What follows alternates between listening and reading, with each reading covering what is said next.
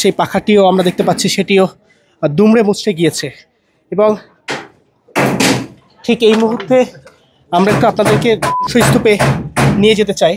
ঠিক এই জায়গাটিতে এসে প্লেনটি আঘাত হানে, দেখতে পাচ্ছেন দুই পাশের অর্থাৎ ভবনের সামনের অংশ এবং এই পাশে দেখতে পাচ্ছেন অসংখ্য স্কুল ব্যাগ রয়েছে। দেখতে পাচ্ছেন ক্লাস 6-এর যে বই সেটি রয়েছে আমরা দেখতে পাচ্ছি ঠিক, এবং এরকম অসংখ্য ব্যাগ রয়েছে যেগুলো আসলে পোড়া অবস্থায় রয়েছে। এবং একটু সরাসরি আপনাদেরকে ঠিক সেই জায়গাটাকে দেখানোর চেষ্টা করছি।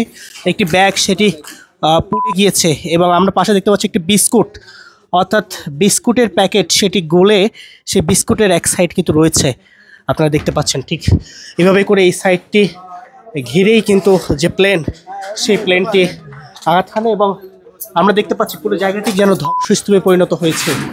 এবং এখানে যে পাখাটি রয়েছে ফ্যানের পাখা, সেই পাখাটিও আমরা দেখতে পাচ্ছি সেটিও দুমড়ে মুচড়ে গিয়েছে।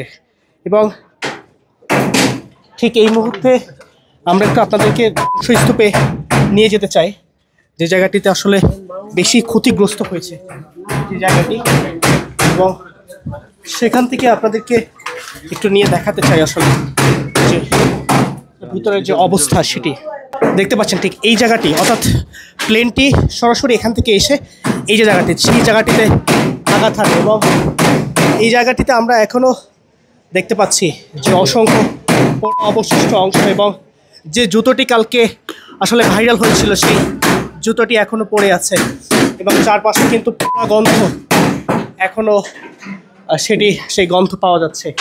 আমরা দেখতে পাচ্ছি যে চেয়ার ছিল বা বেঞ্চগুলো ছিল সেগুলো পুড়ে একদমই ঝাঁঝরা হয়ে গেছে আমরা দেখতে পাচ্ছি।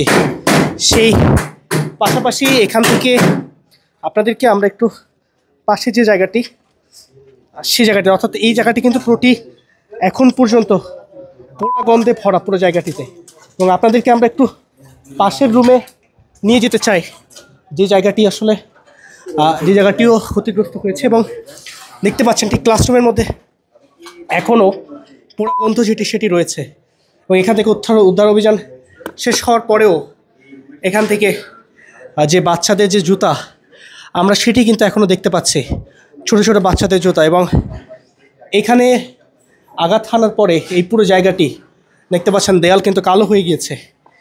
পাশাপাশি এই যে এই জায়গাটি বিমান সরাসরি এসে আঘাত হানে এবং উপরে যে পাখাগুলো ছিল সেগুলো দুমড়ে মুচড়ে গিয়েছে আমরা দেখতে পাচ্ছি।